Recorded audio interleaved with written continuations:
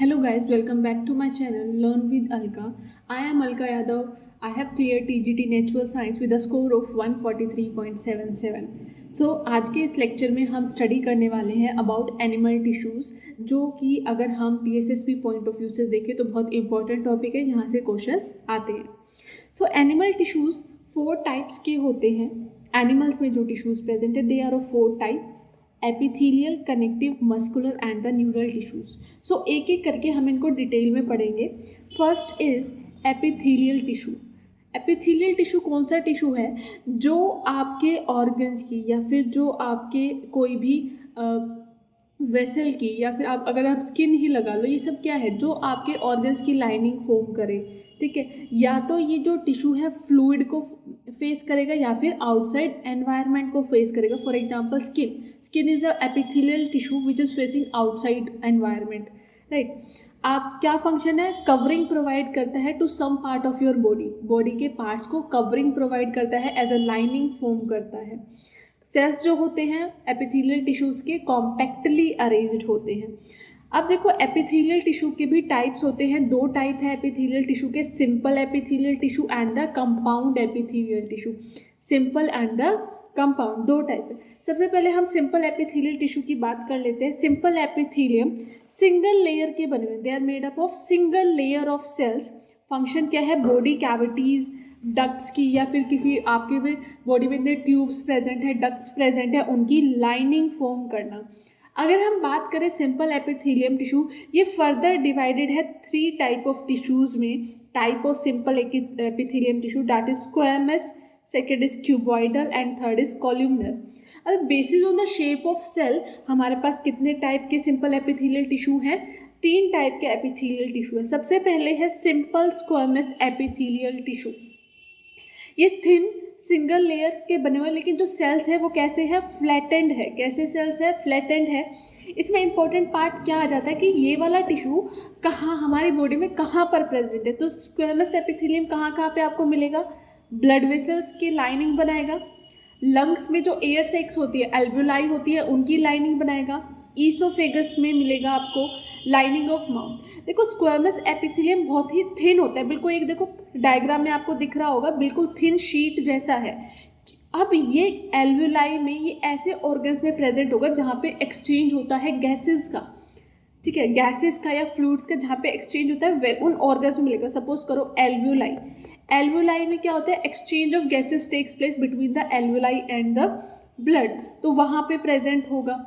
Blood vessels में present होगा क्योंकि ब्लड वेसल्स के थ्रू एक्सचेंज ऑफ गैसेस भी होता है और न्यूट्रिएंट्स भी होता है. तो ये एक्सचेंजिंग में बहुत ही मदद करता है because of very thin structure here. कहाँ कहाँ पे प्रेजेंट होगा, अब देखो जो स्किन है वो भी क्या है, आपकी एपिथेलियल है, कवरिंग फॉर्म कर रही है. ठीक है, कई बार क्या होता है स्किन मैनी लेयर्स में अरेंज इन मैनी लेयर्स. ठीक है, स्किन में क्या होता है, स्क्वेमस एपिथेलियम बहुत सारी लेयर्स में अरेंज होते हैं, कुछ इस तरह से अरेंज है स्क्वेमस एपिथेलियम. तो इस तरह की एपिथेलियम है जिसमें लेयर्स प्रेजेंट है, उसको हम बोलेंगे स्ट्रेटिफाइड स्क्वेमस एपिथेलियम. ओके, देखो ये स्ट्रेटिफाइड एपिथेलियम का डायग्राम है, लेयर्स में प्रेजेंट है. Next is cuboidal epithelium. यहाँ पे सेल की शेप कैसी होगी, क्यूब लाइक होगी. सिंगल लेयर की जो सेल है उसकी सिंगल लेयर ही प्रेजेंट होगी. मिलेंगे कहाँ पे ये सेल, डक्ट्स ऑफ ग्लैंड्स. जो नेफ्रॉन है उनके ट्यूबुलर पार्ट्स में. नेफ्रॉन कहाँ पे होंगे, किडनीज के जो स्ट्रक्चर, नेफ्रॉन क्या होते हैं, किडनी के structural and the functional unit of kidney nephrons are. तो नेफ्रॉन हम जब एक्सक्रीशन चैप्टर पढ़ेंगे, लेक्चर करेंगे, उसमें हमें नेफ्रॉन का पूरा स्ट्रक्चर आपको समझाऊंगी. Okay, so ducts of gland में प्रेजेंट होता है. नेफ्रॉन का जो ट्यूबुलर पार्ट होता है वहाँ पे ये प्रेजेंट होते हैं. मेनली इनका काम क्या है, सिक्रीशन और एब्जॉर्प्शन का. तो इसमें आपको क्या याद रखना है, शेप कैसा है, फंक्शन क्या है, लोकेशन कहाँ कहाँ पे ये टिश्यूज़ आपको देखने को मिलते हैं. ठीक है, जो नेफ्रॉन का पीसीटी पार्ट है, PCT stand for proximal convoluted tubule, ये नेफ्रॉन का पार्ट है. ठीक है, तो पीसीटी में जो क्यूबॉइडल सेल्स प्रेजेंट है, क्यूबॉइडल एपिथेलियम प्रेजेंट है, उसके ऊपर क्या है, छोटे छोटे ऐसे microvilli are present that help in the, जो क्या करते हैं, सरफेस एरिया इंक्रीज कर देते हैं, जिसकी वजह से एब्जॉर्प्शन और सिक्रीशन ईजी हो जाता है. देखो ये देख रहे हो क्यूब लाइक सेल्स है, सिंगल लेयर में अरेंज्ड है, तो ये क्या है, cuboidal epithelium. Okay, next is columnar epithelium. Single layer ही होगी लेकिन शेप कैसा होगा सेल का, टॉल एंड सिलेंडर जैसा। देखो टॉल है and the cells are cylinder like. Okay, और जो इनका न्यूक्लियाई है, न्यूक्लियस है, देखो वो सेल के, कॉल्यूमिनर सेल्स के बेस पे प्रेजेंट है। कहाँ पे प्रेजेंट है, बेस पे प्रेजेंट है। मिलेंगे कहाँ पे आपको कॉल्यूमिनर सेल्स, स्टमक की लाइनिंग में आपको मिलेंगे। स्टमक की lining will be formed by columnar cells. Okay, and intestine में प्रेजेंट होंगे, जो हेल्प करते हैं सिक्रीशन एंड एब्जॉर्प्शन में मदद करते हैं, columnar epithelium. Okay, next is ciliated epithelium. Ciliated epithelium, देखो कौन सा एपिथेलियम है, कई बार क्या होता है कॉल्यूमिनर और क्यूबॉइडल एपिथेलियल जो टिश्यूज़ है उसके ऊपर सीलिया प्रेजेंट होते हैं, तो ऐसे कॉल्यूमिनर और क्यूबॉइडल एपिथेलियम को हम क्या कह देते हैं, सीलिएटेड एपिथेलियम कह देते हैं। ये कहाँ पे मिलेंगे, होलो ऑर्गन्स में जनरली हमको ये टिश्यूज़ देखने को मिलते हैं, लाइक ब्रोंक्यूल्स हो गए हमारी, ब्रोंकाई, ठीक है, फेलोपियन ट्यूब्स, फीमेल्स में फेलोपियन ट्यूब्स होती है, वहाँ पे रेस्पिरेटरी ट्रैक्ट में प्रेजेंट होंगे। सो हमें इनका लोकेशन याद करके रखना है। और ऐसे कॉलमनर एपिथेलियम क्यूबॉइडल को क्या कहते हैं, जिनके ऊपर सीलिया प्रेजेंट है, उनको हम सीलिएटेड एपिथेलियम हम कहते हैं। Next is glandular epithelium. So कई बार क्या है, सम ऑफ द टाइम्स क्या होता है, कॉलमनर और क्यूबॉइडल सेल्स क्या हो जाते हैं, स्पेशलाइज हो जाते हैं to do secretion, to secrete something. तो ऐसे कॉलमनर और क्यूबॉइडल सेल्स को जो कुछ सिक्रीट कर रहे हैं, ऐसे कॉलमनर और क्यूबॉइडल सेल्स को हम क्या कहते हैं, glandular epithelium, because they form the glands to secrete something. अब देखो जो ग्लैंडुलर एपिथेलियम है वो भी हमारे पास दो टाइप के होते हैं, unicellular and the multi cellular. जो यूनिसेलुलर ग्लैंडुलर एपिथेलियम है इसमें आइसोलेटेड ग्लैंडुलर सेल्स प्रेजेंट होते हैं, मतलब अलग, ठीक है, आइसोलेट होते हैं। जैसे कि एग्जांपल हो गया goblet cells of alimentary canal. Next is multi cellular glandular epithelium. इसमें क्लस्टर ऑफ सेल्स प्रेजेंट होते हैं। Cluster of cells either columnar or cuboidal forms this glandular epithelium, multi cellular glandular epithelium. For example salivary glands, ठीक है। अब देखो जो glands ये tissues बना रहे हैं हमारे कॉलमनर और क्यूबॉइडल, ठीक है। ग्लैंड्स भी अब दो टाइप के हैं, एपिथेलियल टिश्यू, ग्लैंडुलर एपिथेलियम दो टाइप के थे, multi cellular and the unicellular. अब ग्लैंड्स भी दो टाइप के होते हैं, exocrine gland and the endocrine gland. Exocrine gland वो होंगे, वो ग्लैंड जिनके पास क्या प्रेजेंट है, डक्ट प्रेजेंट है अपनी सिक्रीशन को टारगेट तक पहुंचाने के लिए। They have the duct, they have the tube. For example, salivary gland, earwax, digestive enzymes, इनके पास क्या है, डक्ट है to transport their secretion to the target. But अगर हम बात करें एंडोक्राइन ग्लैंड की, ये डक्टलेस ग्लैंड है। क्यों डक्टलेस है, बिकॉज इनके पास कोई भी ट्यूब या डक्ट नहीं है अपनी सिक्रीशंस को पोर करने के लिए, टारगेट तक पहुंचाने के लिए। तो इनकी सिक्रीशन टारगेट तक पहुंचती कैसी है, तो एंडोक्राइन ग्लैंड अपने सिक्रीशंस को, इनकी सिक्रीशंस को जनरली हम क्या कहते हैं, हॉर्मोन्स कहते हैं। ये हॉर्मोन्स को ब्लड में इन्फ्यूज कर देते हैं और ब्लड के थ्रू टारगेट तक ये पहुंच पाते हैं। Okay, next type of epithelium is compound epithelium. जब more than one layer of cell present होती है तो उसको हम क्या कहते हैं, कंपाउंड एपिथेलियम हम कहते हैं। मेन फंक्शन क्या होता है कंपाउंड एपिथेलियम का, प्रोटेक्शन प्रोवाइड करना against the mechanical and the chemical stress, wear tear से बचाना, ठीक है। और क्या करते हैं, आपके स्किन के ड्राई सरफेस को कवर करते हैं, moist surface of buccal cavity को कवर करते हैं, फेरिंग्स में प्रेजेंट होंगी, inner lining of salivary gland में प्रेजेंट होंगे, पैनक्रियाटिक डक्ट में ये टिश्यू प्रेजेंट होता है। देखो कुछ इस तरह का दिखेगा आपको compound epithelium with number of layers. हमने देखो स्ट्रेटिफाइड कॉलमनर एपिथेलियम भी पढ़ा था, वो किसका एग्जाम्पल हो गया, फिर उसमें देखो स्ट्रेटिफाइड कॉलमनर एपिथेलियम मैं आपको दिखा देती हूँ, this is the stratified columnar epithelium. तो ये किसका एग्जाम्पल हो गया, कंपाउंड एपिथेलियम का एग्जाम्पल हो गया है, ठीक है। स्क्वेमस समझ के इसको सिंपल मत कर देना, ये compound stratified squamous epithelium is example of compound epithelium. Okay, next is junctions. देखो ये जंक्शंस बहुत इंपॉर्टेंट है, जो ये टिश्यूज़ के सेल्स है आपस में जॉइंट होते हैं। तो अब इसमें क्या होता है, मटेरियल का क्या होता है, ट्रांसपोर्ट भी होता है, इनको जॉइन करके भी रखना है, प्रोटेक्ट भी करना है, तो वो किसके थ्रू होगा, we have certain junctions over here. पहला है टाइट जंक्शन। टाइट जंक्शन क्या करता है, सेल से या फिर टिश्यू से कोई भी चीज़ लीक ना हो, तो ये क्या करता है, लीकिंग को प्रोटेक्ट करता है, लीकिंग को रेजिस्ट करता है कि लीकिंग ना हो। Next is adhering junction. Adhering junction cementing का रोल प्ले करता है, जो नेबरिंग सेल्स हैं उनको पास पास रखता है, ठीक है। Next is gap junction. ये फैसिलिटेट करता है communication between the two adjacent cell by connecting their cytoplasm, ठीक है। ये दो सेल है, इन दोनों को कनेक्शन कराता है बाय कनेक्टिंग देयर साइटोप्लाज्म, ताकि जो मटेरियल है वो उसका ट्रांसपोर्ट हो सके between the two cells, okay. Next type of tissue is connective tissue. Connective tissue support करते हैं अदर टिश्यूज और ऑर्गन्स को। इसमें आपके कार्टिलेज आ जाते हैं, बोन, एडिपोस, ब्लड, ये सब कनेक्टिव टिश्यूज में आ जाते हैं।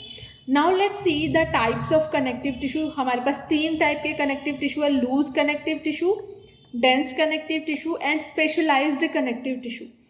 सबसे पहले हम लूज कनेक्टिव टिश्यू की बात कर लेते हैं। जो लूज कनेक्टिव टिश्यू है, इसमें जो सेल्स या फिर जो फाइबर्स होते हैं वो लूजली अरेंज होते हैं। नाम से ही पता चल रहा है कि फाइबर्स और सेल्स कैसे होंगे, लूजली अरेंज होंगे, ओके। इसमें एग्जांपल्स आ जाता है एरियोलर टिश्यूज का, बीनीथ द स्किन प्रेजेंट होता है, बायोन्सी प्रोवाइड करता है। नेक्स्ट इज एडिपोस, ये भी बीनीथ द स्किन प्रेजेंट होता है। और फैट्स, जो हमारा अनयूज्ड ग्लूकोज है, जो ग्लूकोज यूज में नहीं आता, उसको फैट्स में कन्वर्ट कर दिया जाता है, वो फैट इन्हीं एडिपोज टिश्यू में स्टोर होता है। Next is dense connective tissue. Dense से ही पता चला, यहाँ पे फाइबर्स और सेल्स कॉम्पैक्टली, डेंसली अरेंज होंगे, डेंसली पैक्ड होंगे। Dense connective tissue further 2 type के हो जाते हैं, dense regular and dense irregular. Dense regular में क्या होगा, देखो रेगुलर वर्ड पर फोकस करेंगे। डेंस रेगुलर में जो सेल्स और फाइबर्स होंगे वो रोज में पैरेलली एक पैटर्न में अरेंज्ड होंगे, ठीक है। एग्जांपल्स आ जाते हैं डेंस कनेक्टिव टिश्यू के, टेंडन्स एंड लिगामेंट्स। टेंडन्स क्या करते हैं, ज्वाइन करते हैं muscles to bone, and ligament join bone to bone. देखो इसमें काफ़ी लोग कंफ्यूज हो जाते हैं, ध्यान रखना, टेंडन ज्वाइन करता है मसल को बोन से और लिगामेंट ज्वाइन करता है bone to bone, okay. Next is dense irregular. यहाँ पे जो फिब्रोब्लास्ट है या फिर जो फाइबर्स है वो पैरेलली अरेंज्ड नहीं है, पैटर्न में अरेंज्ड नहीं है, they are oriented differently oriented होते हैं। देखो डायग्राम से आप देखोगे यहाँ पे डेंस रेगुलर का, देखो किस पैटर्न में सब अरेंज्ड है, इसी पैटर्न में सारे फाइबर्स एंड सेल्स अरेंज्ड है। लेकिन अगर हम डेंस इररेगुलर का देखो, यहाँ पे देखो कोई पैटर्न नहीं है, कोई भी कहीं भी जा रहा है, see no pattern, no parallel, no rows, ठीक है। Next is specialised connective tissue. We have some specialised connective tissue, जिसमें आपका कार्टिलेज आ जाता है, बोन्स आ जाते हैं एंड ब्लड। कार्टिलेज क्या होता है, सॉलिड होता है, प्लाएबल होता है, ठीक है। इनके कार्टिलेज को, सेल्स को हम कॉन्ड्रोसाइट्स कहते हैं, वेरी इंपॉर्टेंट। कार्टिलेज को, सेल्स को हम क्या कहते हैं, सी से याद कर लेना, कॉन्ड्रोसाइट्स। कहाँ कहाँ पे प्रेजेंट होगा, आपके नोज की टिप पे, आपके ईयर, आउटर ईयर पे, दिस आउटर ईयर पे कार्टिलेज प्रेजेंट होता है, ठीक है। बिटवीन योर जो वर्टिब्रल कॉलम है उसमें एडजेसेंट बोन्स के बीच में प्रेजेंट है, लिम्स में, हैंड्स में प्रेजेंट होता है, ठीक है। ये शॉक एब्जॉर्ब करने का काम करते हैं। Next is bones. बोन्स आपकी हार्ड होती है, नॉन प्लाएबल होती है, मतलब आप उसको कंप्रेस नहीं कर सकते हो। बोन्स रिच होती है कैल्शियम सोल्ट्स में एंड कोलेजन फाइबर में। स्ट्रक्चरल फ्रेमवर्क प्रोवाइड, बोन्स आपको स्ट्रक्चरल फ्रेमवर्क प्रोवाइड करती है, मार्क कर लेना, बोन्स प्रोवाइड स्ट्रक्चर, मतलब कि आपकी जो बॉडी है, ठीक है, आपका जो ढांचा है वो कौन है, बोन्स इज योर फ्रेमवर्क, ठीक है। जो आपके सॉफ्टवेयर टिश्यूज और ऑर्गन्स है, जैसे कि हार्ट हो गया, लंग्स हो गए, ठीक है, लिवर हो गया, ये सॉफ्टवेयर टिश्यूज है। तो ये देखो रिब केज के अंदर प्रेजेंट है, ठीक है, तो उनको प्रोटेक्शन प्रोवाइड करते हैं। जो बोन्स के सेल्स होते हैं उनको हम ओस्टियोसाइट्स कहते हैं। क्या कहते हैं, ओस्टियोसाइट्स है। कार्टिलेज के सेल्स को कॉन्ड्रोसाइट कहते थे, बोन सेल्स को हम ओस्टियोसाइट्स कहते हैं। और सेल की स्टडी को हम हिस्टोलॉजी कहते हैं। Study of cell is known as histology, ठीक है। Sorry, study of cell is known as cytology and study of tissue is known as histology. मैं यहाँ पे लिख देती हूँ study of cell is cytology, ये पूछ लिए जाते हैं terms, and study of tissue is histology. Next आपका टिश्यू है, next specialized tissue is blood.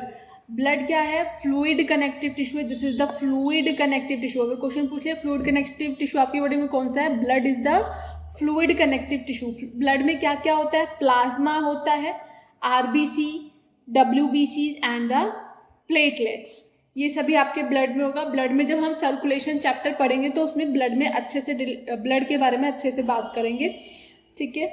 Next is muscle tissue, next type of tissue is muscles tissue. ये टिश्यू फाइन फिब्रिल्स से बना होता है और इन फिब्रिल्स को हम क्या कहते हैं? मायोफिब्रिल्स। क्या कहते हैं? मायोफिब्रिल्स कहते हैं। अब देखो मसल टिश्यू भी 3 टाइप के होते हैं, smooth muscle, skeletal muscle and the cardiac muscle. Smooth muscle को हम इनवॉलेंट्री मसल्स भी कहते हैं। क्या कहते हैं? इनवॉलेंट्री मसल्स भी कहते हैं।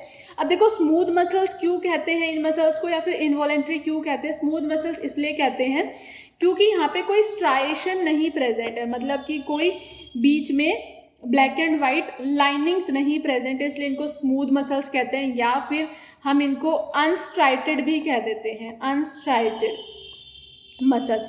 इनको इनवॉलेंट्री क्यों कहते हैं? बिकॉज इनका फंक्शन हमारे कंट्रोल में नहीं है। सपोज करो आपको सांस लेना है तो ये आपके कंट्रोल में नहीं है, दैट इज ये कौन रेगुलेट कर रहा है? आपकी ब्रीदिंग को इनवॉलेंट्री मसल्स रेगुलेट कर रही हैं, ठीक है।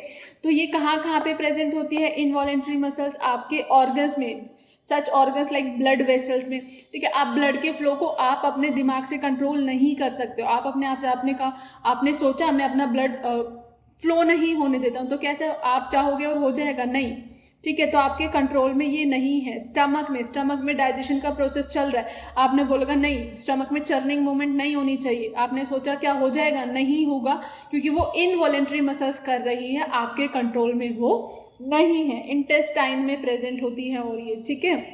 तो इनकी लोकेशन जरूर याद कर लेना। Next is skeletal muscle. देखो स्मूथ मसल का डायग्राम भी देख लो। Smooth muscle, this is your smooth muscle. देखो कोई स्ट्राइशंस नहीं है, पॉइंटेड है, टेपरिंग है एंड्स की तरफ देखो टेपरिंग है, पॉइंटेड है। Smooth muscle will single nucleus in each fibrils, ठीक है, with no striations. Next is skeletal muscles, इसको हम स्ट्राइटेड मसल्स भी कहते हैं और वॉलेंट्री भी कहते हैं। स्केलेटल मसल्स क्यों कहते हैं? बिकॉज ये स्केलेटल से जुड़ी होती हैं, ये स्केलेटन आपके बोन से जुड़ी होती है, इसलिए हम इसको स्केलेटल मसल कहते हैं। स्ट्राइटेड क्यों कहते हैं? देखो यहाँ पे आपको मार्किंग्स दिख रही हैं डार्क कलर की, स्ट्राइशंस प्रेजेंट है इसलिए स्ट्राइटेड कहते हैं। वॉलेंट्री क्यों कहते हैं? क्योंकि इनका फंक्शन आपके कंट्रोल में नहीं है। मैंने सोचा कि मैं अपना हैंड रेज करूँ, फिंगर रेज करूँ, फिंगर पॉइंट करूँ, तो ये सब क्या है? मेरे कंट्रोल में है, ठीक है। मैं बोल रही हूँ मेरे कंट्रोल में है, ठीक है। मुझे बोलना है तो मैं कंट्रोल, नहीं बोलना होगा तो वो मेरे कंट्रोल में है। मैं ऐसी मसल्स को हम क्या कहते हैं? जो वो मसल्स जो आपके कंट्रोल में होती हैं उनको हम वॉलेंट्री मसल्स कहते हैं। ये कहाँ पे? बाइसेप, ट्राइसेप्स, आपके टंग में प्रेजेंट है, आपके लिप्स में प्रेजेंट है, ठीक है। सो ये सब है वॉलेंट्री मसल्स, ठीक है। Next is cardiac muscles. नाम से पता चल रहा है कार्डियक मतलब कि हार्ट में प्रेजेंट होगी। ये मायोजेनिक होती है नेचर में, मतलब कि ऑटो एक्साइटेबल है। ये भी आपकी इनवॉलेंट्री मसल्स होती हैं, ठीक है, आपके कंट्रोल में नहीं है। आपने सोचा कि मैं अपने हार्ट को काम नहीं करने देता हूँ, क्या आपका हार्ट काम करना बंद कर जाएगा? नहीं करेगा, ठीक है। वो इनवॉलेंट्री है, वो अपना काम खुद से करेगा, ऑटो एक्साइटेबल है। तो कार्डियक मसल्स क्या है? इनवॉलेंट्री होती हैं। कार्डियक मसल्स आर इनवॉलेंट्री, लिख लेना, present in heart, they are involuntary muscles, ठीक है।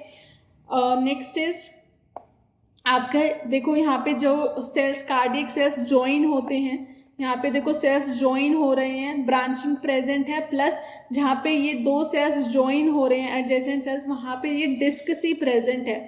इन डिस्क को हम क्या बोलते हैं? इंटरकैलेटेड डिस्क बोलते हैं। सिंगल न्यूक्लियस प्रेजेंट है। Okay, so this was your cardiac muscle. Next and the last tissue is nervous tissue. Nervous tissue आप किसी भी स्टिमुलस से रिस्पॉन्स करते हो, किसकी वजह से कर पाते हो? नर्वस टिश्यू से। नर्वस टिश्यू आपके पूरे बॉडी में फैला हुआ है, ठीक है, एग्जर्ट करता है आपकी बॉडी का रिस्पॉन्सिवनेस, ठीक है। नर्वस टिश्यू में न्यूरॉन्स प्रेजेंट होते हैं। नर्वस टिश्यू का functional and the structural unit कौन है? Neurons are the structural and the functional unit of nervous tissue. Neuron कुछ इस तरह का दिखता है। We have number of cells, ठीक है, neuron is a cell of nervous tissue. देखो कैसा दिखता है, न्यूरॉन हैज दिस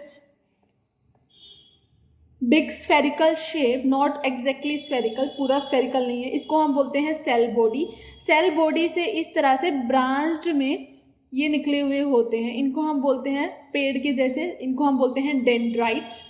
फिर सेल के अंदर न्यूक्लियस होता है, सेल बॉडी के अंदर न्यूक्लियस होता है। Then this cell body extend this way, it extends, ठीक है, जो ये एक्सटेंशन है, ये फिलामेंट है, इसको हम एक्सोन कहते हैं।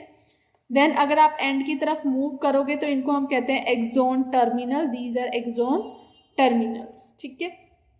अब देखो, आप जो ये येलो कलर की चीजें देख रहे हो, this are nothing but the Schwann cell, ठीक है, माइलिन शीथ जिसको आप बोलते हो, ठीक है। जो अगर एक्सोन के ऊपर ये लेयर प्रेजेंट है, माइलिन की लेयर जो प्रेजेंट है, तो हम क्या बोलेंगे, this is the layer of myelin sheath. तो एक्सोन कैसा है, माइलिनेटेड, ठीक है, या फिर आप बोल सकते हो न्यूरॉन कैसा है, माइलिनेटेड, बिकॉज एक्सोन पे माइलिन शीथ प्रेजेंट है, ठीक है। अब देखो ये माइलिन शीथ में क्या होता है, माइलिन शीथ में श्वान सेल्स होते हैं, these are the Schwann cells, Schwann cells. अब देखो ये माइलिन शीथ के बीच बीच में क्या होता है, ब्रांचेज होती हैं, ठीक है, डिसइंटीग्रेटेड होती है, इसको नोड प्रेजेंट होता है, इस नोड को हम बोलते हैं नोड ऑफ रेनवेयर, ओके। जो न्यूरॉन्स है वो न्यूरल सिस्टम की यूनिट है, structural and the functional unit of the neural system. अब देखो क्या होता है, जो मैसेज आता है उसको कौन लेता है, डेंड्राइट एक्सेप्ट करते हैं मैसेज को, then it flows into the cell body, वहाँ पे ये इलेक्ट्रिकल सिग्नल में चेंज हो जाता है मैसेज, इलेक्ट्रिकल सिग्नल्स यहाँ से पहुँचते पहुँचते टुवर्ड्स द एंड पहुँच जाता है। अब एंड पे दूसरा न्यूरॉन प्रेजेंट होता है, ठीक है। देन यहाँ पे क्या होगा, एक्सोन का जो टर्मिनल एक्सन है इसको केमिकल में चेंज किया जाएगा, केमिकल मैसेज में, थ्रू न्यूरोट्रांसमीटर, क्या किया जाएगा, through neurotransmitter which is a chemical that carry the messages, vesicles के फॉर्म में ये मैसेजेस क्या होगा, नेक्स्ट एडजेसेंट न्यूरॉन तक पहुंच जाएगा सेल बॉडी, फिर उसको इलेक्ट्रिकल सिग्नल में चेंज करेगी। अब देखो जो space between the two adjacent neurons, जो दो एडजेसेंट न्यूरॉन्स के बीच में जो स्पेस होता है उसको हम क्या कहते हैं, सिनाप्स कहते हैं, ठीक है, या आप बोल सकते हो जंक्शन बिटवीन टू, या फिर space between the two adjacent neurons is known as synapse, okay. So this was all about neural tissue. देखो यहाँ से क्या क्वेश्चन आपको पूछने को मिलेगा, इसका डायग्राम पूछ लेंगे, ठीक है, माइलिन शीथ क्या होती है, या फिर डेंड्राइड का फंक्शन क्या है, डेंड्राइड का फंक्शन है टू रिसीव द मैसेज, ठीक है। न्यूरोट्रांसमीटर कहाँ प्रेजेंट होता है, एक्सोन के टर्मिनल पर प्रेजेंट होता है। न्यूरोट्रांसमीटर क्या करता है, मैसेज को in the form of chemical carry करता है और पहुँचाता है नेक्स्ट न्यूरॉन तक, ओके। न्यूक्लियस प्रेजेंट होता है कि नहीं होता सेल बॉडी में, ऑफ कोर्स होता है, ठीक है। एक्सोन, नोड ऑफ रेनवेयर, ये सब आपको पता होना चाहिए, ठीक है। नर्वस, जब हम न्यूरल सिस्टम पढ़ेंगे पूरा डिटेल में तब हम इसके बारे में और अच्छे से पढ़ेंगे, ठीक है। सो आज के लिए इतना ही। I hope you like my video, do like, share and subscribe to my channel learn with Alka. If you have any query please comment in my comment box, I will answer it there. Thank you so much.